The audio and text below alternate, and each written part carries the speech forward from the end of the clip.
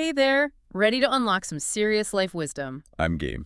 We're diving deep into Stephen Covey's The 7 Habits of Highly Effective People today. Oh yeah, a classic. The book, it's basically the Bible of personal effectiveness. Definitely a game changer. But this isn't just about checking off to-do lists faster. It's about building a life guided by principles, a life that's truly effective and fulfilling. Right, it's about the bigger picture. And lucky you, we've distilled the core insights so you get the good stuff without the fluff. Love it. Well, what's so fascinating is that Covey doesn't just offer surface-level tips and tricks. He goes way deeper. Oh, yeah. He wants you to make a real, fundamental shift in your thinking. He wants you to align your entire life with principles that lead to lasting fulfillment. Okay, I'm intrigued. But before we get to the 7 habits themselves, let's talk about this paradigm shift Cubby keeps mentioning. What is that all about? Right. He starts by talking about paradigms. Paradigm. Yeah, which are basically the mental maps we use to navigate the world. Okay. They're like lenses that shape how we see and interpret, well, absolutely everything. So 2 people could be looking at the same situation, but because they have different paradigms, they see it completely differently. Exactly. Think about that famous optical illusion for the book. Which one? The one that looks like both a young woman and an old woman. Oh, yeah.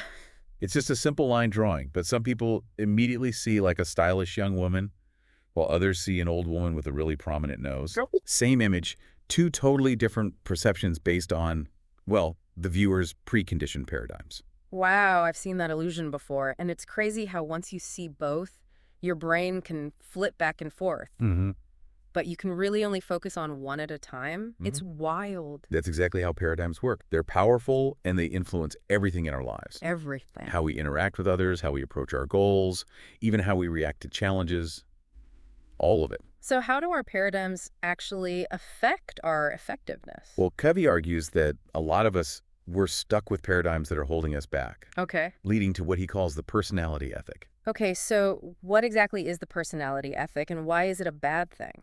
So the personality ethic, it's all about outward appearances and quick fixes. It's kind of trying to manipulate situations to get what you want, even if it means using techniques that are honestly a bit insincere. So like mastering the power pose before a big presentation or pretending to be fascinated by your boss's collection of vintage symbols. You got it.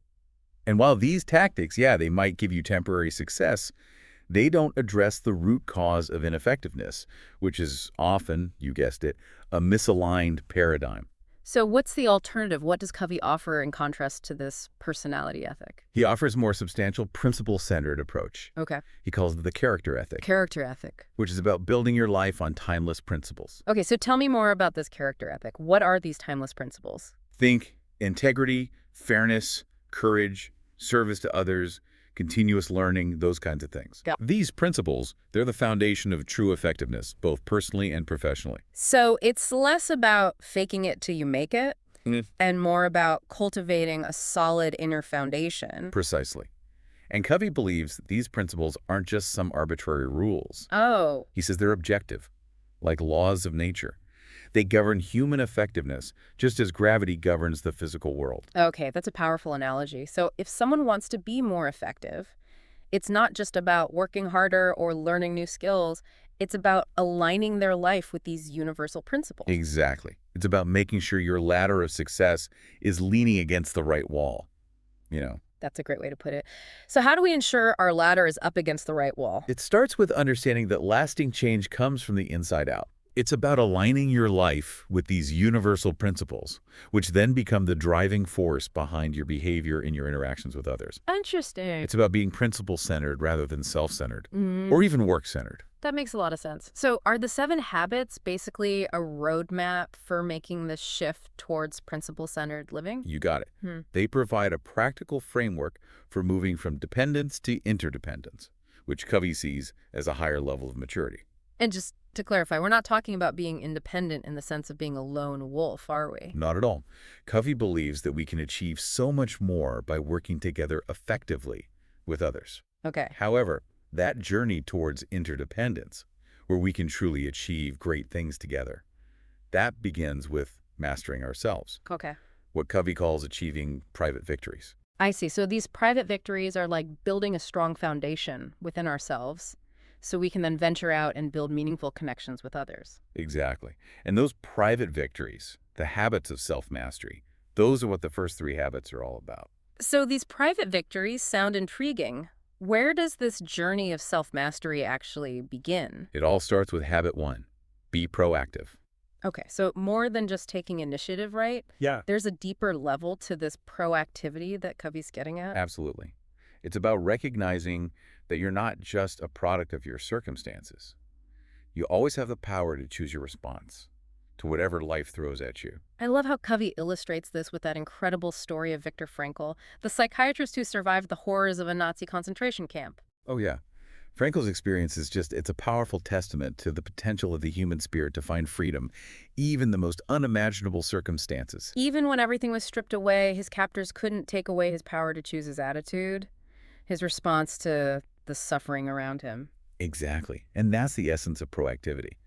Recognizing that between any stimulus and your response, there's a space, Yeah. and in that space lies your power to choose. Mm. It's about taking ownership of your life, your thoughts, your feelings, and actions, rather than blaming external factors for them. It's about not letting your circumstances define you. Precisely. Powerful. And once you embrace that proactive mindset, you're ready to move on to habit two. Begin with the end in mind. Ah, yes. This is the one where Covey encourages us to imagine our own funeral, right? Yeah. A little morbid, but I'm guessing there's a profound point here. Definitely not about morbid fascination. It's a powerful exercise in clarifying your values and defining what truly matters to you. Okay. Think about it. How often do we get caught up in the day-to-day, you know, feeling busy but not truly productive? All the time. This habit is the antidote. It's about defining your true north. Your true north. Yeah, so you can make sure your daily actions are moving you towards what you value most, not just keeping you busy, but moving you in the right direction. So you're saying it's about more than just setting goals. It's about understanding what kind of legacy you want to leave behind. Exactly. By vividly imagining that end, you create a clear vision for yourself that can guide your daily decisions and actions. It's like having a compass that helps you stay on course, even when life gets hectic and tries to pull you in a million different directions. Powerful stuff. So once you've established your end, how do you practically start making choices that align with that vision? That's where habit three comes in.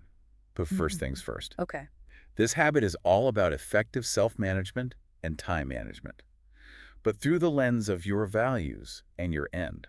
This sounds incredibly practical. Does Covey offer any specific tools for actually implementing this? He does. He introduces this brilliant tool called the time management matrix, Okay. which divides our tasks into 4 quadrants based on urgency and importance. So we're not just talking about getting things done faster, but about making sure we're focusing on the right things in the first place. Exactly.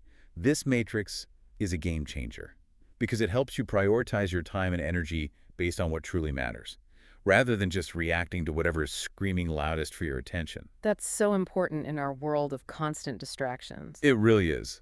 The key is to focus on what Covey calls quadrant 2, important, not urgent. Important, not urgent. This is where you find activities like long-term planning, relationship building, personal development, the things that contribute to your long-term goals and create a more fulfilling life. But it takes real discipline to prioritize those quadrant 2 activities, especially when we're constantly bombarded with urgent demands. It absolutely does. It requires being proactive, planning ahead, and sometimes having the courage to say no to things that don't align with your values and goals. So it's about having that strong yes burning inside, that clear understanding of what matters most. So you can politely decline all those good opportunities that distract you from your best. You've got it. And this is where the foundation of those first 3 habits really starts to pay off. Yeah. They empower you to move from dependence to independence, from being reactive to being proactive, from being driven by external factors to being guided by your own principles and values. It's about taking control of your own life and becoming the master of your own destiny, about ensuring that ladder of yours is leaning against the right wall. Exactly. And once you've achieved that level of self-mastery, you're ready to move on to what Covey calls the public victories. Public victories. Yes, the habits of interdependence. So this is where we get to connect with others in truly meaningful ways, building on the strong foundation we've established within ourselves. Yes, the public victories are all about effective collaboration. and building strong, healthy relationships with others. And these public victories all start with habit 4. Think win-win, right? You got it. What does Covey mean by that?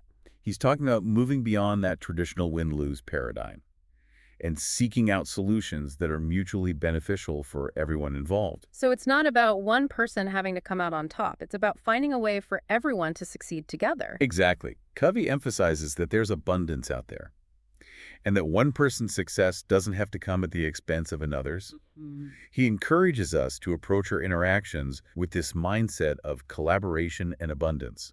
Okay, so how do we practically start shifting our thinking to this win-win paradigm? It seems like it would be easy to fall back into that win-lose mentality, especially in high-pressure situations.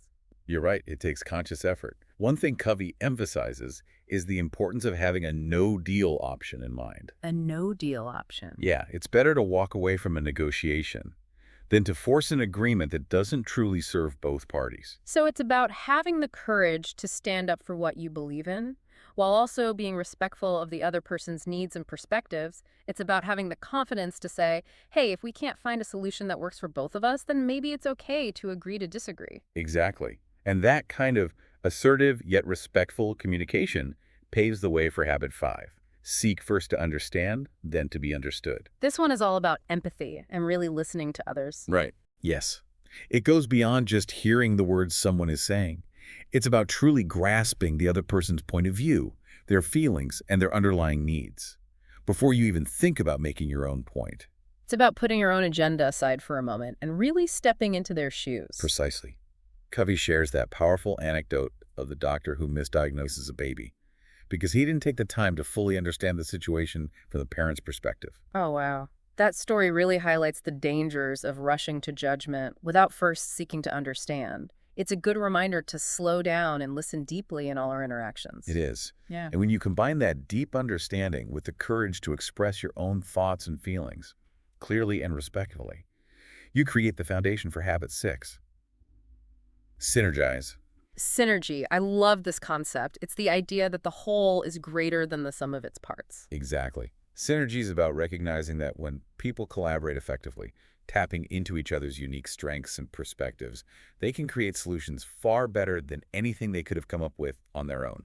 Covey's example of the college class that transformed from a typical lecture to a truly synergistic learning experience always comes to mind. It beautifully illustrates this principle in action. That story perfectly highlights the power of valuing differences and creating a safe space for open communication and creative brainstorming.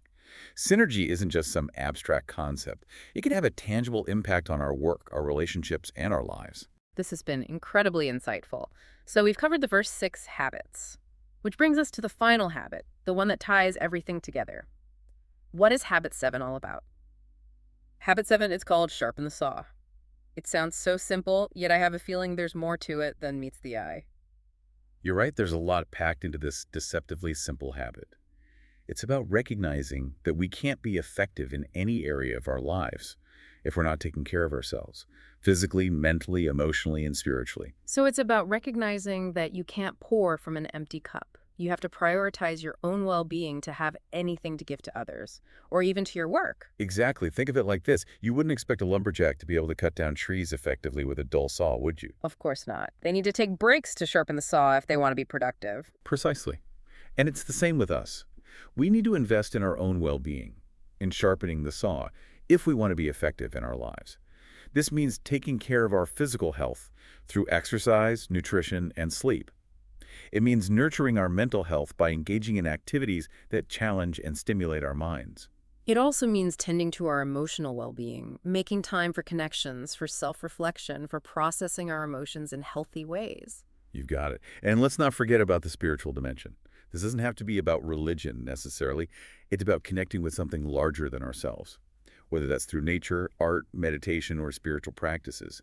It's about finding what nourishes your soul. It sounds like sharpen the saw is really the foundation for all the other habits. You could definitely say that. When you prioritize your own well-being, when you take the time to sharpen the saw, you have more energy and capacity for everything else in your life. You're better equipped to handle challenges, to make proactive choices, to build strong relationships, to live a life that's truly in alignment with your values. It's all interconnected, isn't it? These habits aren't just isolated tips and tricks. They work together, each one supporting and reinforcing the others. That's the beauty of the Seven Habits framework. It's a holistic approach to personal effectiveness that recognizes the interconnectedness of all aspects of our lives. Covey doesn't just want you to be efficient. He wants you to live a life of meaning and purpose. So as we wrap up this deep dive into the seven habits, I'm struck by how deceptively simple, yet profoundly powerful these principles are. They're not about achieving some kind of perfect state, but about embarking on a lifelong journey of continuous learning, growth, and improvement. Exactly. Covey reminds us that the journey itself is just as important as the destination. It's about striving to be a little bit better each day, to show up with integrity and purpose, and to make choices that align with our deepest values. It's about remembering that we always have the power to choose our response, to shift our paradigms, to create a life that is both effective and fulfilling. Well said. And remember what Covey says, the way we see the problem, I ask the problem. Mm. Which of your current challenges might look different if viewed through the lens of a different habit? That's a powerful question to ponder. It reminds us that we have far more power than we often realize to shape our own reality. It's about recognizing that we are not just reacting to the world around us. We are actively creating our own experiences through our choices, our actions, and our perspectives. So there you have it. We've unpacked the core insights of Stephen Covey's The 7 Habits of Highly Effective People, a framework for living a more principle-centered, effective, and ultimately fulfilling life. And remember, this is just the beginning. The real magic happens when you take these principles and start applying them to your own life, to your own unique circumstances and challenges. Keep exploring, experimenting, and most importantly, keep striving to become the best version of yourself. Until next time.